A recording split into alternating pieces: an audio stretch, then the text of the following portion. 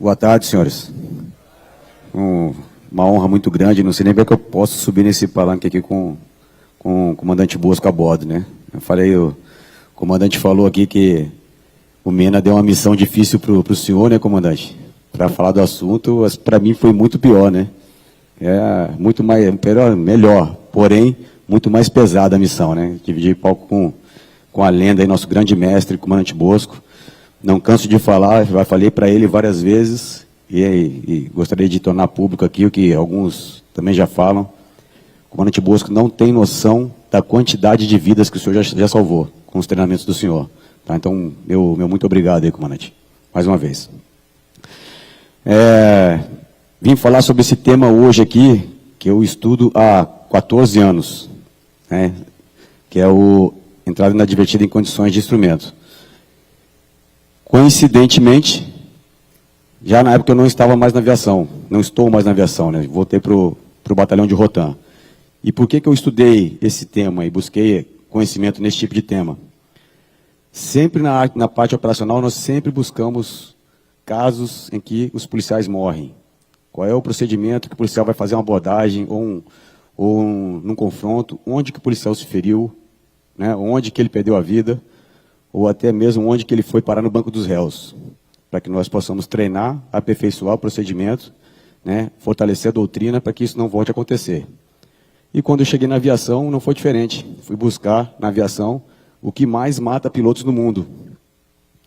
E aí, quem quiser fazer qualquer pesquisa no Google aí, né, Top Killer of Pilots, porque se colocar em português, nós quase não temos literatura nacional sobre esse tema.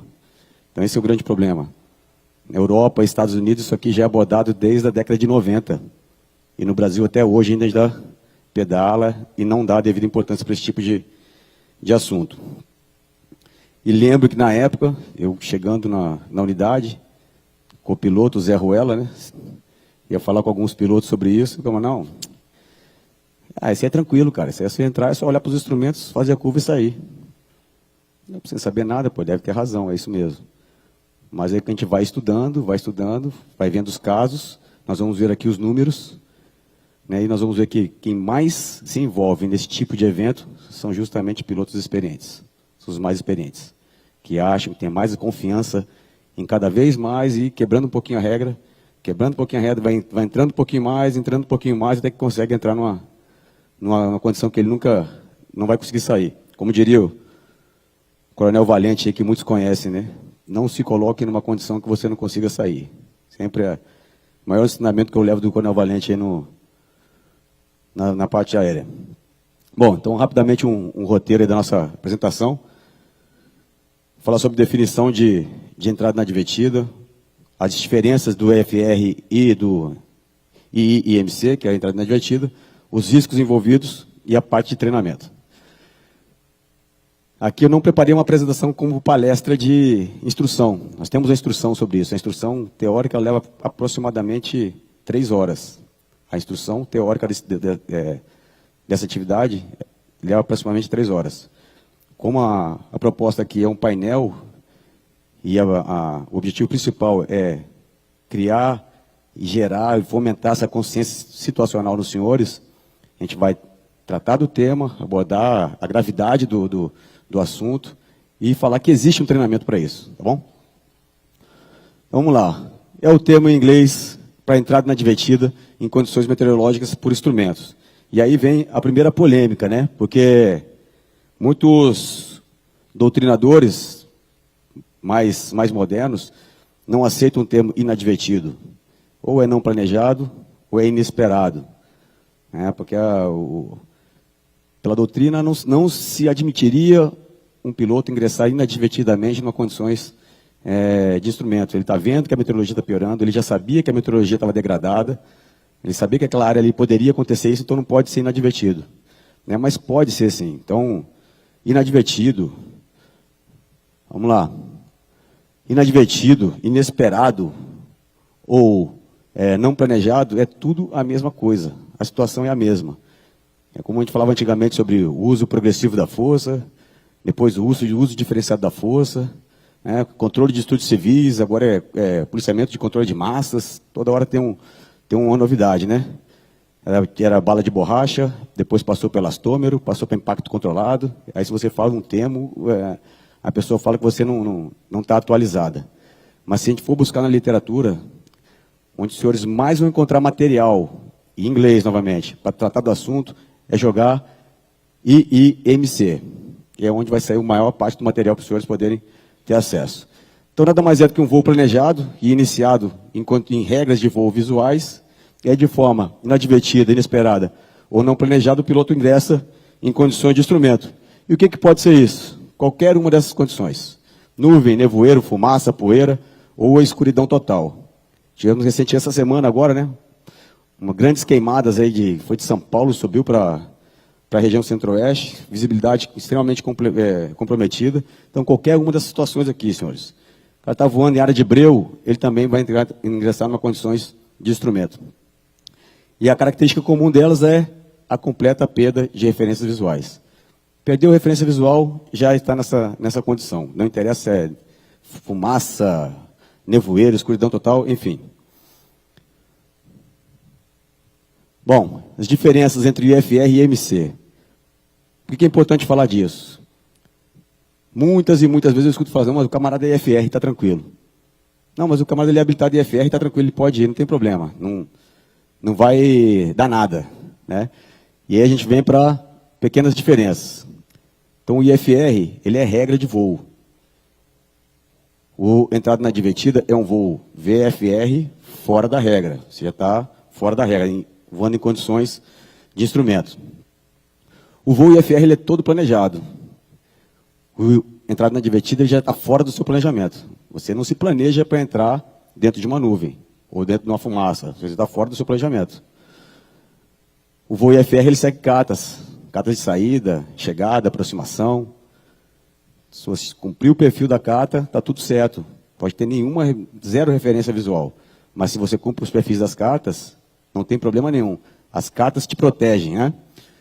O voo de entrada inadvertida, nós já estamos fora da rota planejada. Eu vou montei uma ilustraçãozinha aqui para a gente falar como é que fica isso. O voo IFR, nós seguimos a altitude de segurança que estão nas catas. E, no entrada inadvertida, geralmente o piloto já está a baixa altura. A condição vai se degradando, tendência do piloto, reduz velocidade, baixa. Se degrada, reduz velocidade, baixa. Vai mais um pouquinho, cisca para cá, cisca para lá, baixa mais um pouquinho, reduz mais um pouquinho a velocidade. Ele estava numa rota, ele já desviou totalmente da rota, ele não sabe mais onde é que ele está, e guarda na nuvem. E a tendência do piloto, quando guarda na nuvem, é curvão para o lado dele, para tentar voltar 180 graus. Né? Nós fazemos isso no treinamento com os pilotos, só com óculos, e pede facinho 400 pés. Então você já está voando baixo, 200, 300 pés, ele vai entrar voando no chão, e é o que a gente tem visto nos relatórios de acidente. Então, uma ilustração rápida aqui de todos esses procedimentos aqui. Ó. O que é um planejado e o que é um não planejado? Começando pelo não planejado. Então, está ali. Ó. Vou fazer uma navegação VFR, 3.500 é a maior elevação, geralmente o camarada joga lá, nível de voo VFR, campo 18, 500 AGL, ou 1.000 AGL. Ele sabe que na rota dele está livre. Então, vai embora. Sem problema nenhum, a meteorologia está ok. Entretanto, se ela estiver um pouquinho degradada, ele vai começar a fazer aquela ciscada que eu falei para os senhores. Para um lado, para o outro, vai sair da rota. Esses obstáculos não estavam previstos na rota dele, nem esses obstáculos estavam previstos na rota dele. O piloto vai sair, cisca para um lado, cisca para o outro, e entra de cara voando no morro. É o que tem acontecido, é o que está nos relatórios. Tá? Isso não é o Coronel Chimenez está inventando isso. Tá? E esse é o que está nos relatórios. Então, voltamos aqui para o nosso comparativo. Aliás, só para finalizar aqui com do IFR, das catas, né? O que é um voo planejado. Então, se seguiu o perfil da cata, seguiu lá o perfil horizontal, chegou ali no... Isso aqui é uma cata de aproximação, ó, por instrumentos, aqui em Foz do Iguaçu. Chegou ali no ponto O-Pilon, que é o fixo intermediário. Vamos passar aqui, ó, para o perfil vertical da cata. Esse morrinho aqui, ó, e essas antenas aqui, essa torre, o palestrante fanfarronicamente colocou aqui só para ilustrar o afastamento dos obstáculos. Se ele seguir o perfil da Cata, ele vai embora tranquilo, sem problema nenhum, e não vai atingir os obstáculos. Voltando aqui para o nosso quadro, então, o tráfego é controlado no IFR e no IMC também só tem informação de voo. Quem aqui nunca fez uma navegação VFR para ouvir aquela situação do centro? Ô, aeronave tal, apenas para informação de voo, tem uma aeronave em sentido oposto, não recebo altimetria. Quem nunca teve uma dessa, né? Imediatamente sobe aquele aroma na cabine, né? Estava dormindo, tomando de arregalo, olhando para frente para tentar achar, né? E fica naquele famoso cagaço, né? Na condição de instrumento não tem isso. Pô. Voo visual, quando ele sai da TMA, aeronave tal, monitore agora o centro Brasília, o centro Recife, monitore. Não vou IFR não, chame o centro. Chame o centro Brasília, chame o centro Recife, você está controlado. Né? Aeronave tal, o Águia 33 aí que voa IFR, Águia 33, curve agora à direita para o 270 para evitar tráfego. Vai acontecer isso. Agora aqui não tem isso, senhores. Aí imagina, a gente está com um planejamento de voo nessa rota aqui e aquela bagunça do voo VFR ali, né? Tem um vindo para cá, coordenação na livre, um outro para lá, e eu estou saindo da minha rota. Tá? Então, só para a gente ter consciência disso também. A aeronave aqui e a tripulação são certificadas e habilitadas, e na entrada na divertida pode ser ou não tripulação e aeronave certificada. Bom, alguns dados do NTSB. De 99 a 2008, em todos os acidentes envolvendo entrada na divertida, 47% dos pilotos, 47% dos acidentes, os pilotos eram habilitados EFR. E aí já de 2008 a 2020, 33%. Então aquela máxima de que o piloto ali é EFR, está tudo certo. Não, não está tudo certo. Uma coisa é você ser habilitado para voo em regra de instrumentos, outra coisa é você estar proficiente em voar instrumento na mão ali. É totalmente diferente. Tá?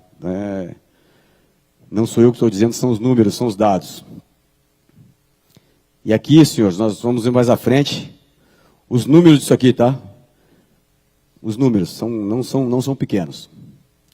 Bom, os riscos envolvidos. Então, numa sequência de eventos, condições meteorológicas marginais. O piloto decide decolar para um voo VFR, condições meteorológicas pioram.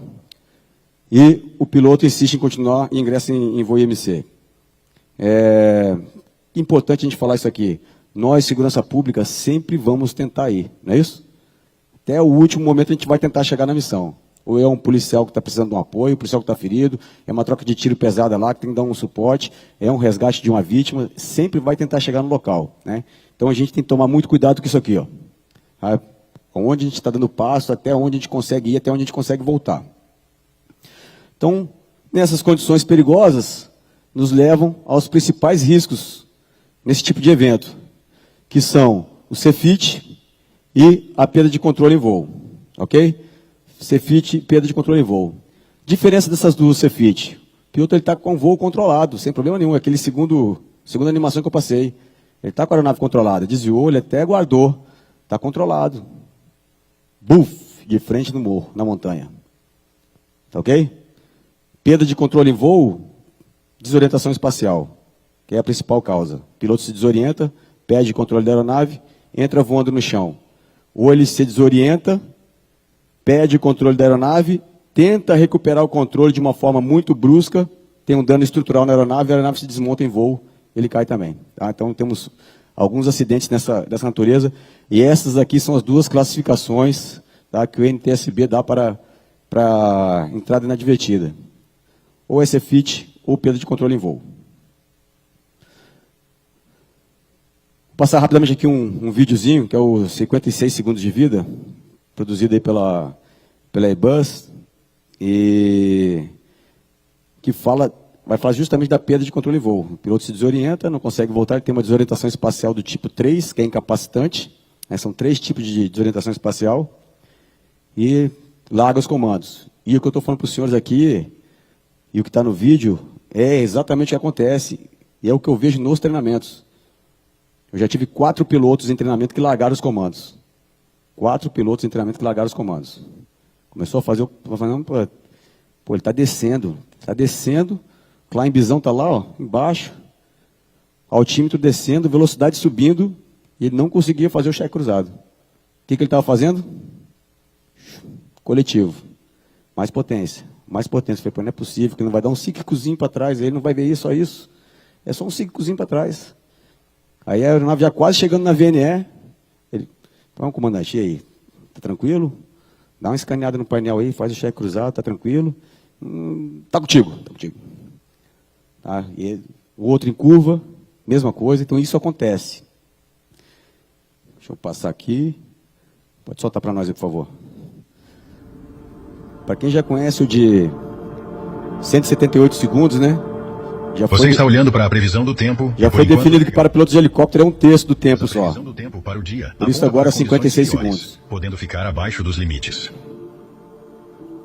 Seu voo de hoje é para um novo cliente importante, que precisa de peças entregues a 80 km de distância. Você verifica rapidamente a previsão do tempo e o pré-voo e percebe que vai chegar bem perto da previsão. Você é informado de que as peças estão atrasadas para chegar até você e que o clima não está melhorando.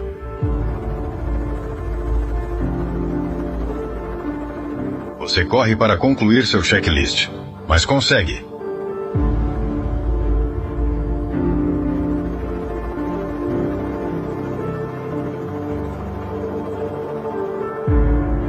A meteorologia está degradando mais rápido do que você pensou, mas é só contornar. Se você cancelasse toda vez que parecesse assim, você nunca voaria nessa região.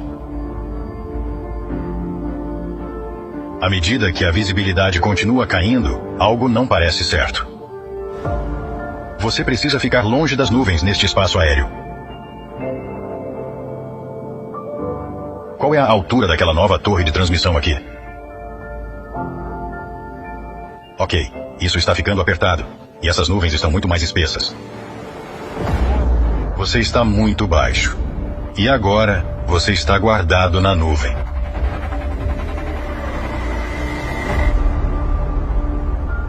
Você se sente paralisado. O tempo está parado. Você jurou nunca deixar isso acontecer. Agora você tem 56 segundos de vida. Você está muito baixo, e é como se o chão estivesse te alcançando. Em pânico, você corrige demais. Em pouco tempo, você está subindo rápido. Agora você tem 45 segundos de vida. Agora você sente que está girando e caindo ao mesmo tempo. Perdeu a fé em seus instrumentos. Agora você tem 30 segundos de vida. Isso se tornou uma montanha-russa de pesadelos? A aeronave está gritando por sua atenção, mas uma parte de você está começando a se soltar. Tudo está mais escuro agora. Você pensa na sua família uma última vez. Sinto muito. Você pode me perdoar? Mas eles não conseguem ouvir você. Porque você está sem tempo.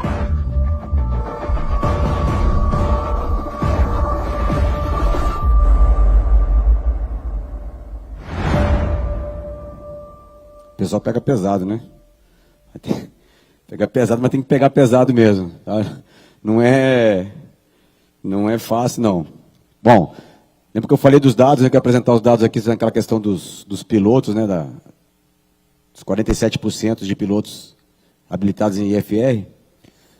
Então aqui, ó, de 99 a 2008, 160 acidentes envolvendo esse tipo de situação. Tá? E lá nos Estados Unidos eles colocam mesmo, situação de voo VFR em IMC. Tá? Não é perda de controle de voo, CFIT, eles já atrelam ao voo VFR em IMC. 160 acidentes. Aí, no outro período, melhora um pouco, né? 2008 a 2020, vai para 111 acidentes. Ainda é um número muito elevado. Então, todos os anos, lá nos Estados Unidos, a OPA, o NTSB, eles estão sempre fazendo alguma campanha para novamente conscientizar os pilotos dos riscos desse tipo de evento. né? Aqui no Brasil a gente vê pouca coisa. Em 2017 teve um encontro internacional da ANAC. Alguém aqui estava presente lá em Brasília? Estava lá, né, Cune? Mena, trouxeram o Brian, lembra? Brian Smith, que fala sobre esse assunto aí, lá da Alea. E foi foi uma das minhas bibliografias quando escrevi um trabalho sobre isso, né? E aí eu até brincava, pô, agora está todo mundo ouvindo, né? Quando é o baixinho com cara de índio, ninguém fala. Vê o americano ali, loirinho, olho azul falando, todo mundo ouve, né? Então, assim, eles estudam muito isso aqui. E aí, senhores, olha só, 271 acidentes nesse período de 99 a 2020. E no somatório de fatalidades, em 87% desses acidentes houve mortes. Foram quase 400 vidas perdidas nesse tipo de evento aí, nesse período. Aliás, uma das grandes dificuldades, né, disso aqui, ó, desse evento, é conseguir falar com os pilotos envolvidos, né? Foi o que o Mena falou aqui do comandante Bosco ontem. Obrigado, comandante, por nós podermos ouvir os relatos das pessoas que passaram, né? Não só pelo relatório do CENIPA. Então aqui, a maioria das vezes, é só para o relatório. Bom, nos dados do CENIPA, nos últimos 10 anos, o que a gente acha é só isso aqui, ó. Se pesquisar perda de controle em voo, né? O voo controlado com o terreno, CFIT, e o IMC não intencional, ó, apenas 6. E aí a gente não sabe se é isso mesmo ou não. Tá? Se é dada a mesma ênfase na pesquisa em relação ao fator contribuinte ou tipo de ocorrência. Ok? Bom, e aí alguns acidentes relacionados a isso daí. Por isso que eu peguei só os pessoal mais famoso aí, né? Então, o candidato Eduardo Campos, naquele Citation, o piloto teve desorientação espacial, entrou voando lá em Santos. O voo da Air France foi um também. Ele perdeu ali o piloto automático. A atitude da cabine colocada pelo piloto foi a atitude que levou a nave ao stall. Né? Teori Zavascki, também, aquele procedimento Mandrake que tem lá em Angra. Entrou voando também no mar. O do Gabriel Diniz, né, o da Jennifer. Avião, a mesma coisa, ingressou em condição de instrumento. Esse aqui, pelo relatório do CENIPA, a aeronave ela se despedaçou em voo, provavelmente por grandes esforços. Aquela perda de controle com a recuperação brusca que causa dano estrutural na aeronave. Esse aqui é o clássico da noiva de São Paulo. Né? Por que ele é clássico? Porque tudo que é visto na teoria está colocado ali. Tudo que é visto na teoria desse tipo de evento está nesse vídeo da noiva. Ali a gente acha tudo. Eu não vou passar o vídeo aqui, porque a maioria já deve ter visto. A apresentação é transmitida e eu sempre prefiro preservar as famílias nesse tipo de evento aí. Tá? Na nossa instrução, a gente passa o vídeo e estuda o relatório do CENIPA de minuto a minuto ali das condições da aeronave, para ver as reações do piloto. Temos o clássico aqui, do jogador de basquete Kobe Bryant, que é o que quebra a teoria de que a aeronave não tinha PA. Pô, é um S-76. O piloto era inexperiente, 8.500 horas de voo. Mas ele não era FR, era IFR. O cara estava na máquina perfeita, tinha experiência, tinha habilitação e caiu. Tá? Desorientação espacial tipo 1, não reconhecida. Quem ouve os áudios, o piloto ele começa a descer, ele está numa descida já com razão de 3.000 pés por minuto, e o controle pergunta, confirma intenções, estou subindo para 4.000 pés. Ele já está descendo com quase 3.000 pés por minuto. Nem percebeu que estava desorientado. Estava vindo bem, controle, não estou recebendo seu sinal, aciona o idente aí no transponder. Virou atenção para o idente, e dali já começou a curva e foi. Isso pelos dados dos gravadores, né? E pela reconstituição, é exatamente o que aconteceu. Interessante falar disso, porque esse acidente foi em 2020. No nosso treinamento, desde 2019, nós já colocamos a parte de treinamento de CRM. O que eu percebi nos treinamentos com os pilotos? Quando começava a surubar o piloto ali, eu recuava lá, ok, o Fênix reduz agora para 60 nós, a OTG 60 nós suba para 5.000 pés, e ao atingir 5.000 pés, curve à direita, proa 270. Puta, o cara está surubado já ali para manter a nave voando. Aí ok, coteja. Aí já cotejava tudo errado. Coteja de novo. Cotejou certo, mas fez errado. Coloca a proa errada, não lembra mais da velocidade. Qual é a altura mesmo? Quando vê o cara está quase 5.500 pés. Então, qual que é a sua altitude? Então, a gente vê que a carga de trabalho é grande.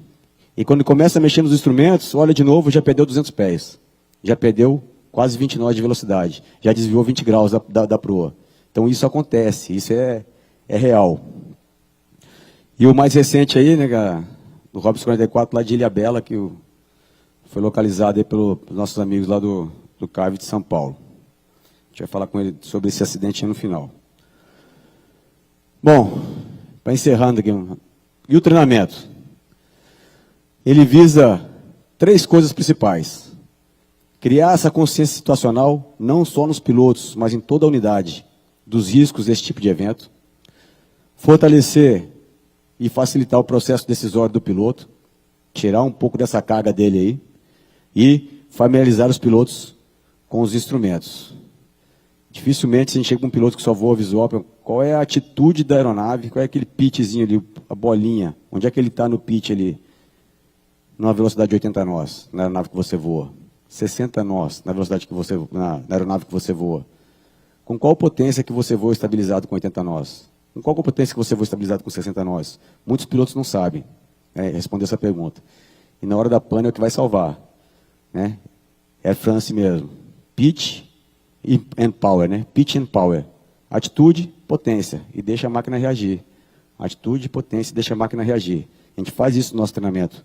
Na recuperação de atitude normal, protagonizado ali, querendo subir, bota na atitude, coloca a potência, deixa que a máquina vai reagir. Ela vai reagir. Tá? Falo muito, viu, comandante Bosco? Quem está aí? David está aqui, ó. Major David. Quem fez comigo só tu, né, David, aqui, né? Um dos mandamentos do comandante Bosco: não utilizarás teu santo coletivo em vão. Para de mexer nessa desgraça aí, né? Deixa o helicóptero voar. Bom, treinamento teórico, que eu falei para os senhores que leva mais ou menos umas 3 horas. A gente passa essa parte de definição de entrada na divertida, né, e as diferenças com o FR, aquele que a gente viu aqui no começo. Aí nós vamos para os tipos de desorientação espacial e mostramos exemplos de acidentes em cada um desses tipos de desorientação espacial, que são 3. Nós vamos para o nosso sistema de orientação do corpo humano.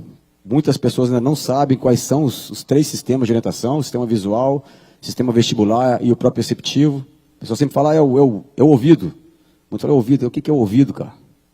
Como é que funciona isso? Então a gente vê como que isso influencia numa condição de entrada na divertida.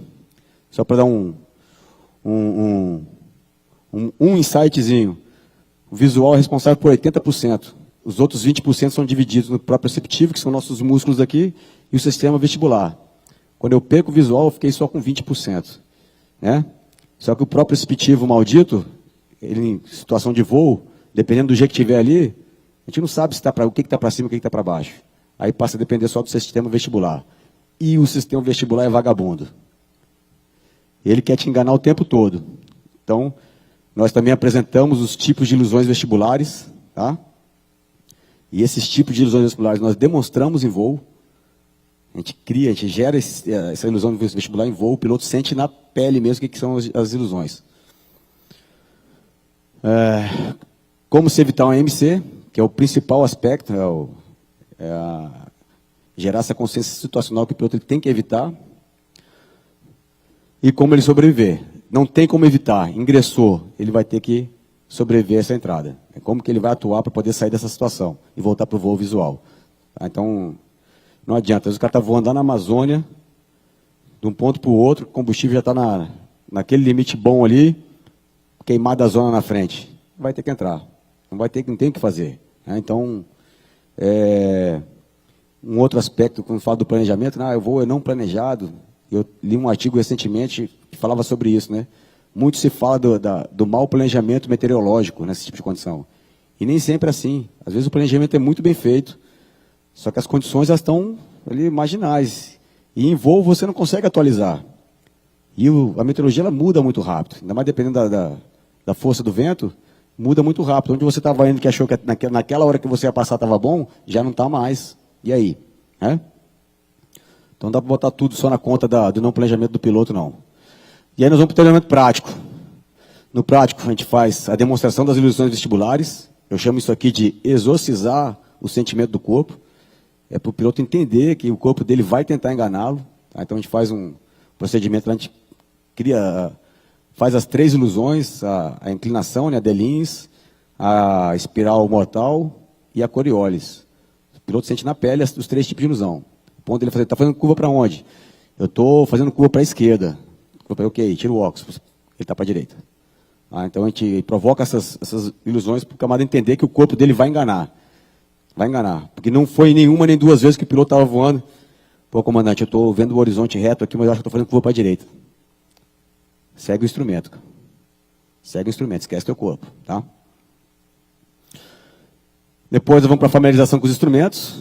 Cheque cruzado e tal, aquilo que eu falei, né? Para ele aprender a fazer um cheque cruzado, passando pelo horizonte artificial ali, para ele ter familiaridade com isso, entender qual é o tipo de atitude, que a aeronave, como a aeronave reage numa atitude de menos 5 graus, 0 graus, então ele aprende a trabalhar com isso.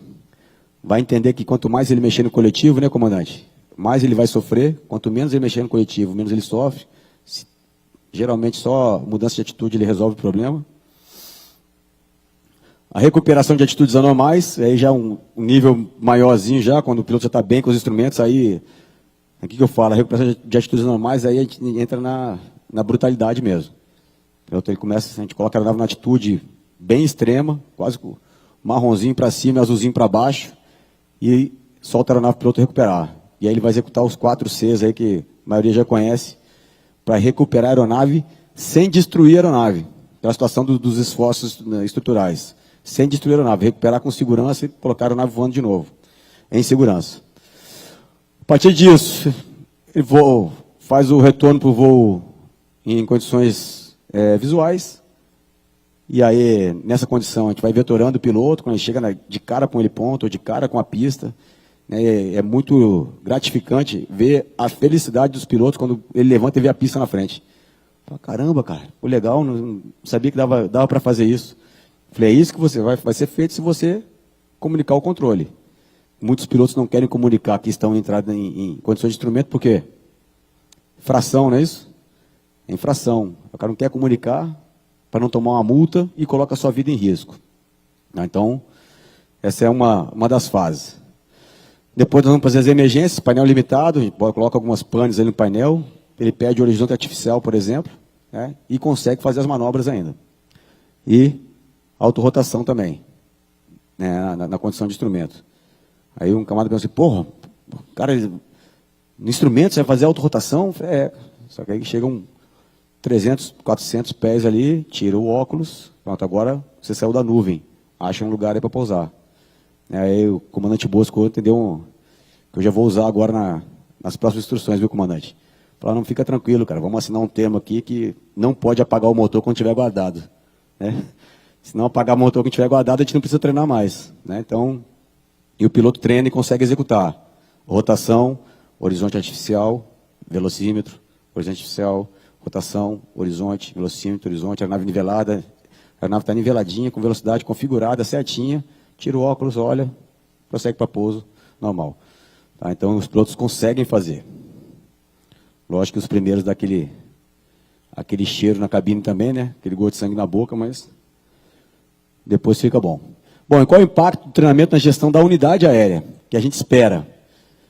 Fortalecimento da consciência situacional, e aí que os gestores de unidade fomentem o CRM, que precisa que aqueles aspectos de comunicação, liderança, a redução da carga de trabalho do piloto, isso tudo seja trabalhado na unidade aérea e na tripulação. E aqui a gente trabalha muito, não só com os pilotos, temos que trabalhar também com os operadores. Quem aqui nunca ouviu em voo? Não, comandante, dá para ir. Aqui pelo cantinho tem um buraco aqui, ó. Comandante, tem que chegar lá, pô, o cara está precisando de apoio. Comandante, a gente tem que ir lá, tem que fazer isso, aquela pressão, mais uma pressão na cabeça do piloto ali. Muitas vezes o comandante está só querendo que um camarada a bordo fale, comando, tá ruim, hein? Melhor voltar e não achar, não, tá ruim, hein, comando? Mas aí fica todo mundo ali calado, ninguém fala nada.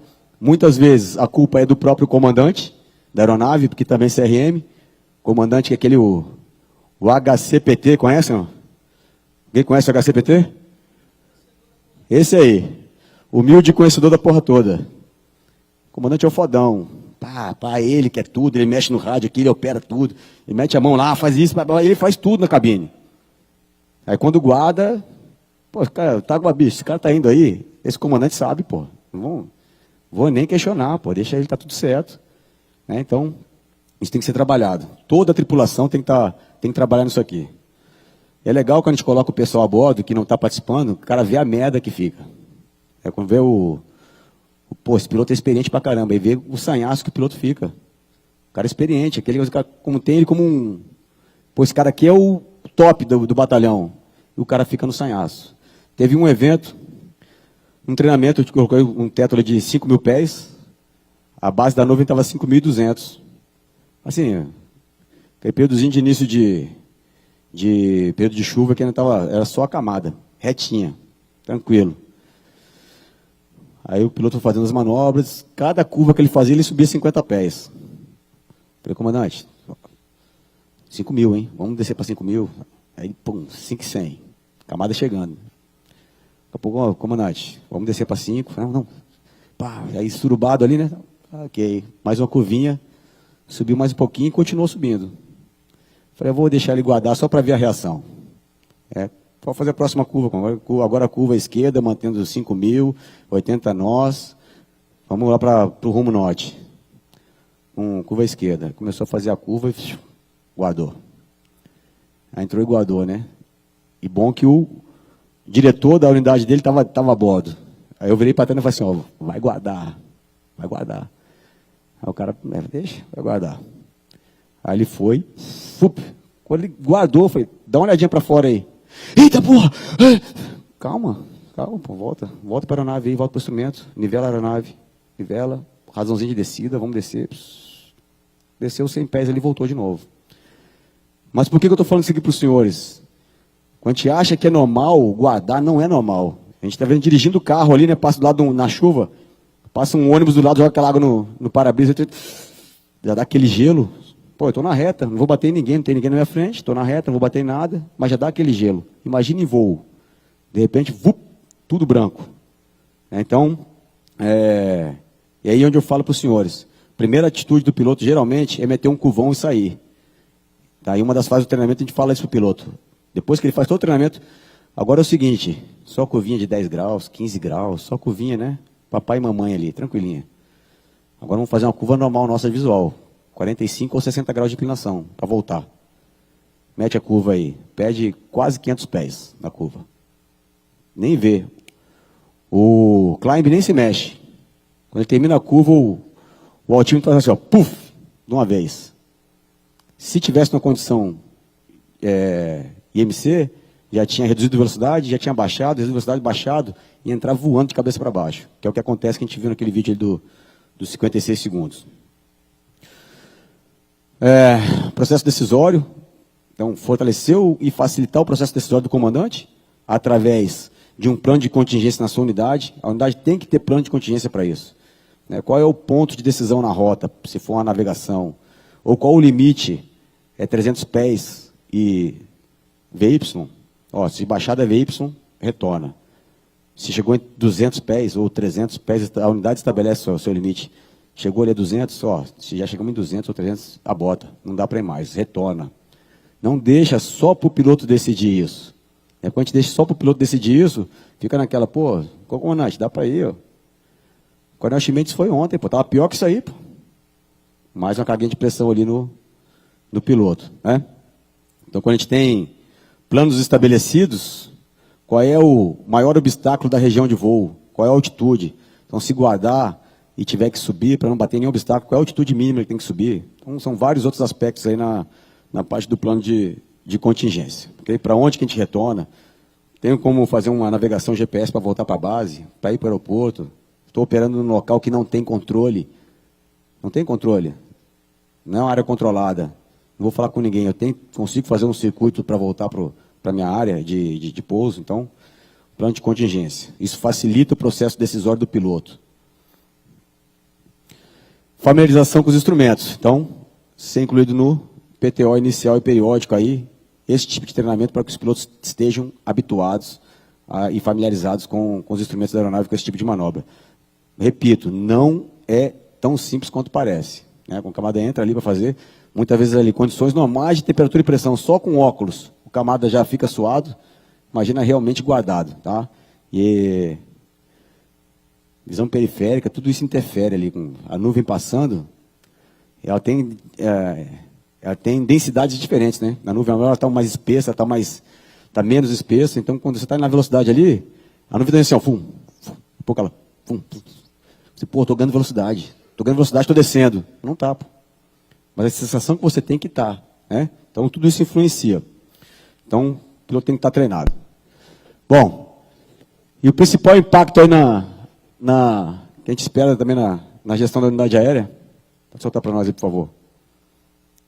Esse do acidente de Ilhabela. Não vai.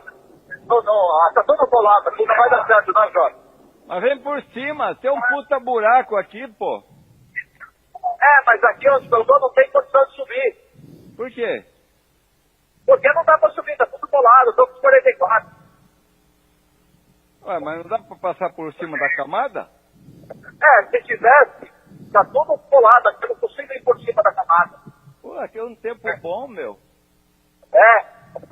teto tá alto. A terra, eu consigo usar a terra.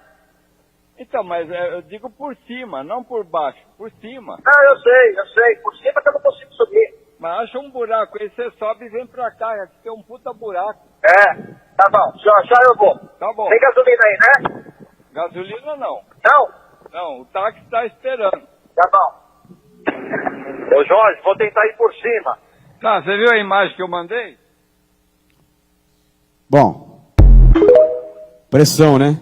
Pressão vem, tá com o passageiro, o táxi já está esperando lá, vem por cima, pode violar, tá tudo certo, né? Se fosse eu, iria, ou se você não vier, você é fraco. O camarada estava pousado, pô. Já estava pousado. Era só trocar a primeira cueca ali e dá tudo certo, pô. Né? Infelizmente, insistiu no voo. E aí qual é o impacto que a gente quer aí, senhores? Essa percepção da necessidade de estabelecer uma cultura organizacional que não aceite esse tipo de pressão sobre as tripulações. Não aceite de forma nenhuma que isso aconteça. Aí essa construção da cultura organizacional, né, foi muito do que o comandante Bosco falou aqui ontem, consciência situacional, processo decisório, tudo isso está envolvido. Né? Treinamento desse tipo de procedimento aqui, não deixem para experimentar um evento desse sem que o piloto esteja treinado. Pode ser que tenha que entrar. Se tiver que entrar, tem que estar preparado. Então, um último videozinho aí, só para falar sobre esse treinamento, e a gente encerra.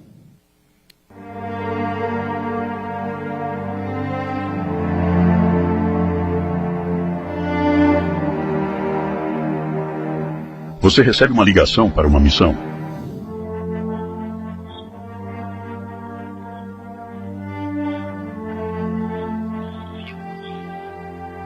Depois de ouvir o chamado, você verifica a previsão do tempo e ela parece questionável. Uma frente fria está se aproximando rapidamente, mas parece que ainda há tempo para fazer a busca antes que a tempestade chegue. Você decide voar, mas ficará de olho na piora das condições climáticas. Conforme você se aproxima da área de busca, o clima está como o previsto. Você está ansioso porque está chegando perto de seus mínimos meteorológicos pessoais. Mas você conhece bem a área e está confiante de que se as coisas piorarem, você simplesmente fará uma curva e voltará para casa. Ao chegar à área de busca, você percebe que o clima está se fechando mais rápido do que o previsto. Sua visão fica obscurecida. Você ainda consegue ver o solo, mas a visibilidade está piorando. O clima agora está abaixo do seu mínimo. Então você decide seguir seu plano de dar meia volta e voltar para casa. Você começa uma curva, mas algo não está certo. No meio da sua curva, você inadvertidamente voa para condições IMC. Você perde completamente a referência ao solo, e tudo o que vê é branco. Você continua a curva, procurando freneticamente por referência terrestre, mas nada aparece. Você muda sua atenção para dentro, para seus instrumentos, mas eles não fazem sentido. Eles estão dizendo que você está muito além da inclinação necessária, mas seu corpo está dizendo que você está bem. Algo está mentindo para você, mas você não sabe se é seu corpo ou os instrumentos. Você começa a entrar em pânico. Você sabe quantos acidentes fatais aconteceram dessa situação exata. Onde está o chão? Onde está aquela serra? Há uma possibilidade real de que isso possa ser o seu fim. E então, você se lembra. Você treinou para isso. Você já fez isso antes, e não em um simulador. Você sentiu os Gs, e sabe que o que seu corpo está sentindo está errado. O treinamento passado começa a fazer efeito. Você segue os procedimentos que foi treinado para usar, e os instrumentos começam a fazer mais sentido. Você começa a entender a aeronave.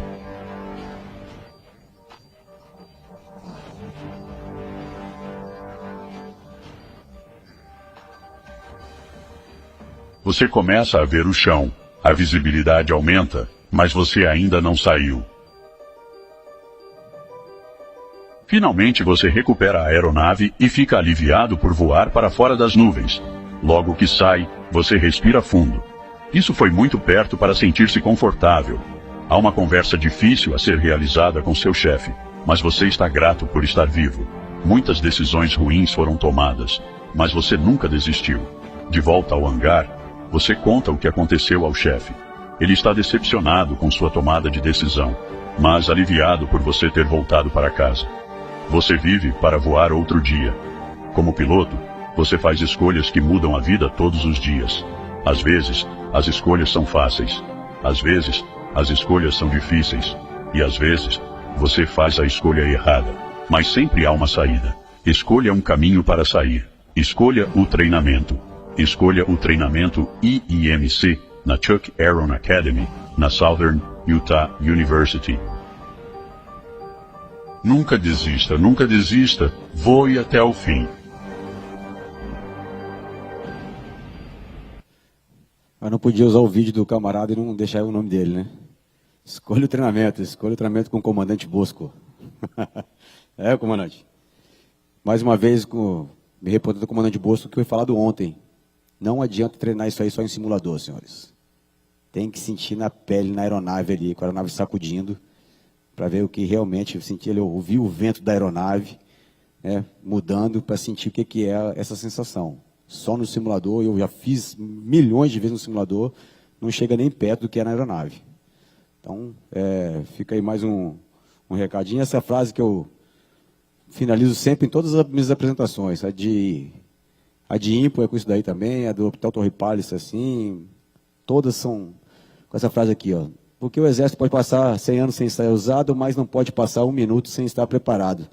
Eu fanfarronicamente iria colocar aqui, né? Um piloto pode passar 50 anos sem passar por uma emergência, mas não pode nem sentar no banco da aeronave sem estar preparado para suas emergências, né? Tenente Coronel Chimendes. Mas isso aqui é uma realidade para a gente, senhores. Estejamos treinados, estejamos preparados sempre para o pior. Tá bom? Gostaria de agradecer mais uma vez aí a organização do evento, Coronel Zanusini, Major Cruz, grande parceiro aí pelo convite. Coronel Mena Barreto, parabéns aí pelo evento mais uma vez, pela organização. E agradecer a presença também aqui dos companheiros do Batalhão de Aviação aí, comandante Tenente Coronel Fernando, Major Vilner, Major Davis, os demais aí que estão na unidade. E reforçar que estou à disposição aí para perguntas, precisar de apoio, quem quiser fazer esse treinamento aí, depois a gente conversa. Não cobro, tá? Cara, não cobro nada, mas nós precisamos difundir o treinamento e espalhar aumento dessa consciência situacional da gravidade desse tipo de evento, senhores, ok? Muito obrigado. A gente só vai fazer a entrega de uma homenagem. Vou convidar o Major Cruz, por gentileza. O Major Cruz é o nosso chefe da seção de operações. Só pegar.